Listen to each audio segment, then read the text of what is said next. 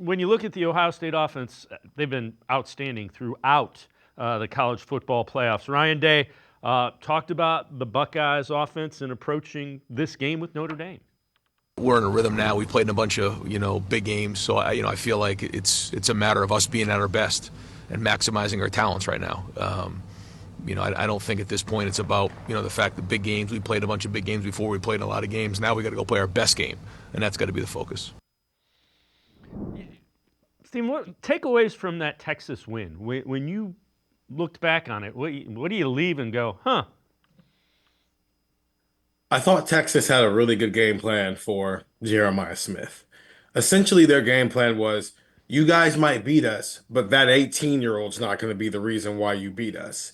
And Ohio State also got in its own way. They had 9 penalties for 75 yards in that game. You take away some of those penalties, which includes Travion Henderson mushing a guy in the face, that's an unsportsmanlike penalty, that's 15 yards. A couple of holding calls, that's 10 yards. And a necessary roughness by left guard Austin Saravell, that's another 10 yards, right? Those start to add up. And so there are some possessions that were essentially lost.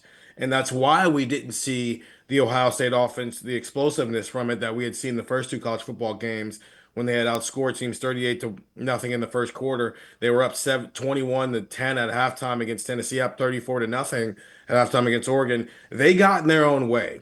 Texas did some things to take away one of their best players, but Ohio State helped them. Ohio State helped Texas's defense slow them down. They can't allow themselves to help Notre Dame slow them down. Now, Notre Dame might not play schematically the same way that Texas did, which might open up some things in the passing game. But the bigger thing here is that game taught me if Ohio State isn't making mental errors, if they're playing clean, there's not a team in the country that can slow them down.